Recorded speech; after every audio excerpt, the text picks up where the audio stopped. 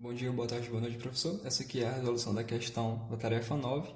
Eu vou iniciar a leitura da resolução e da questão com o senhor, tá certo? A primeira vai falar o seguinte: escolha algum objeto em sua casa de trabalho e mostre que o material que envolve este objeto é uma superfície. Em seguida, calcule as áreas dessa superfície e calcule a integral da função f de xyz igual a x mais 2y menos e sobre esta superfície, tá certo? Então, identificando aqui o comando, tem três perguntas neste comando. Primeiro, para saber se o material que envolve o objeto que eu vou selecionar é uma superfície, depois eu vou calcular a área dessa superfície, desse objeto, e depois calcular a integral da função em cima dessa superfície, tá certo? Então, esse aqui foi o objeto que eu selecionei, tá? É um cilindro, ele tem 18 centímetros de altura e 5 centímetros aqui, tá?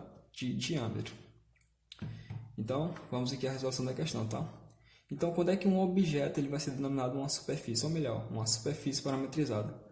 Quando ele satisfazer algumas propriedades, tá certo? Eu vou iniciar aqui uma explicação antes da resolução, tá?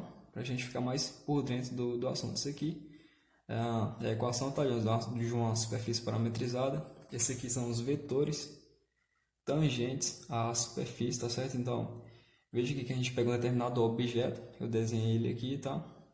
E aí, quando a gente deriva, tá? Aqui, olhando aqui para esses componentes aqui, relativa a algum elemento desse domínio aqui de U e V, tá certo? Porque o V vai percorrer todo o plano que a gente tomar, e a superfície que a gente for encontrar vai ser a imagem, tá? A partir de U e V, então esse aqui vai ser o contradomínio, tá certo? Então, qual é a ideia de derivada? A gente pega um elemento, fixa ele e deriva um relativo a outro. Então, foi isso que eu fiz. Perceba que nesse objeto aqui, a letra que eu desenhei, tá? A gente traça uma reta aqui, a gente passa pela φ, tá? A transformação da parametrização da superfície, ela vem aqui e vai de forma de uma curva. Essa reta se transforma nessa curva aqui. Aí eu pego outra derivada com relação a V, tá? Fixo U e derivo com relação a V. Aí eu acho essa outra curva aqui. Então, esses dois elementos aqui, tá? Esses dois vetores, eles vão ser perpendiculares, tá? A essa superfície que eu encontrar.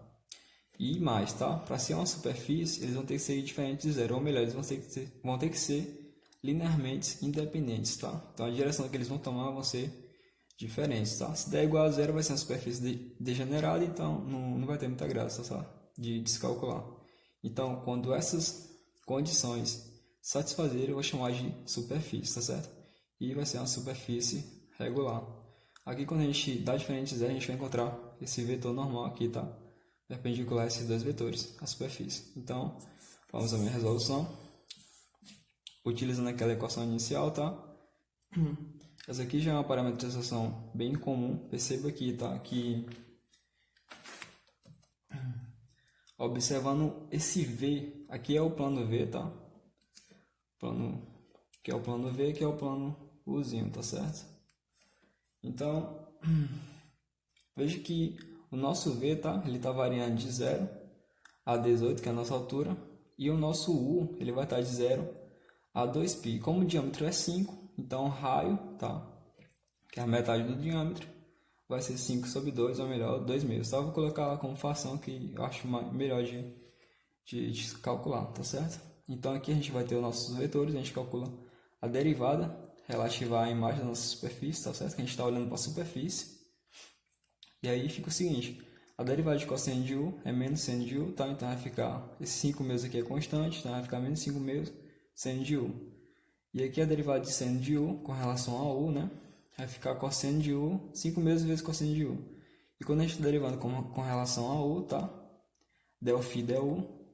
E aqui esse Vzinho, como não depende de U, vai ser zero. Agora a gente vai derivar com relação a V, tá certo? Como essas primeiras componentes aqui, essas segundas coordenadas aqui não dependem de V, então as duas vão zerar. E a derivada de V, tá? Vai ser 1.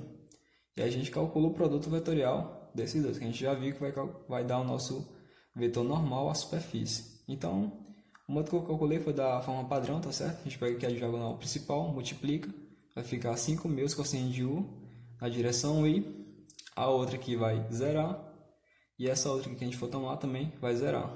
Agora, no sentido contrário, a gente tomar essa diagonal aqui vai zerar, a gente tomar essa diagonal aqui vai zerar, e essa outra aqui vai ficar, como a gente está no sentido contrário, vai ficar menos 5 meus seno de U na direção J, então vai ficar mais. Então a gente vai encontrar isso bem daqui.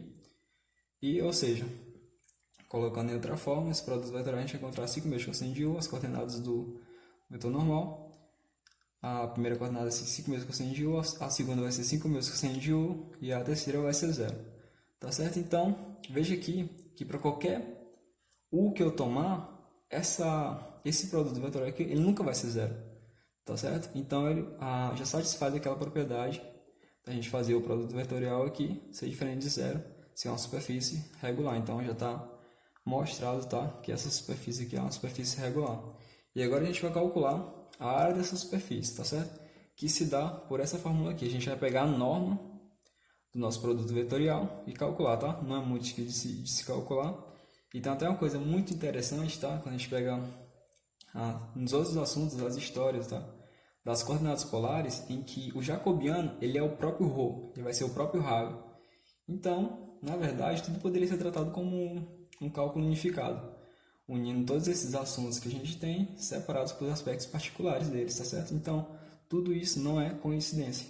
Então, veja aqui que quando a gente faz a norma desse produto vetorial, ele vai dar o próprio raio, tá certo? Ou seja, o que é o modo desse produto vetorial? Vai ser a raiz quadrada da soma das coordenadas ao quadrado desses elementos aqui, tá certo? Então, vai ficar 5 meus ao quadrado, mais cosseno de U, mais 5 meu ao quadrado, mais seno de U ao quadrado, mais 0 ao quadrado. Veja que o 5 meu ao quadrado vai ser comum aos dois, então a gente coloca em evidência, e vai ficar cosseno ao quadrado de U, mais seno de U ao quadrado. A relação fundamental da trigonometria vai ser 1.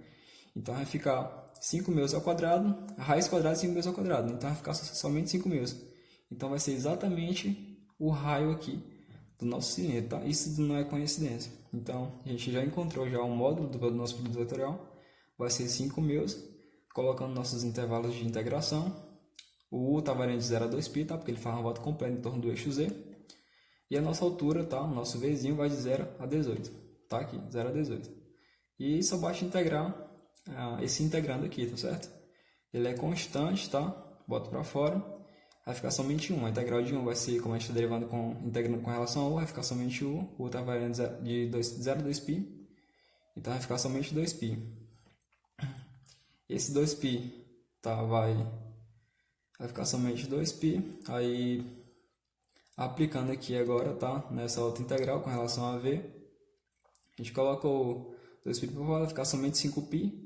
Aí vai ficar 1 novamente, tá? Aí derivado de V vai ficar somente o Vzinho, aplicando 18, vai ficar 18 vezes 5, tá? Vezes 5π, que vai ficar 90π. Então a gente já encontrou a área dessa superfície aqui, tá? Agora só basta calcular a integral da função sobre essa superfície que a gente já encontrou, tá? Então a gente vai usar novamente uma outra fórmula, tá? De superfície, que vai ser essa aqui, tá?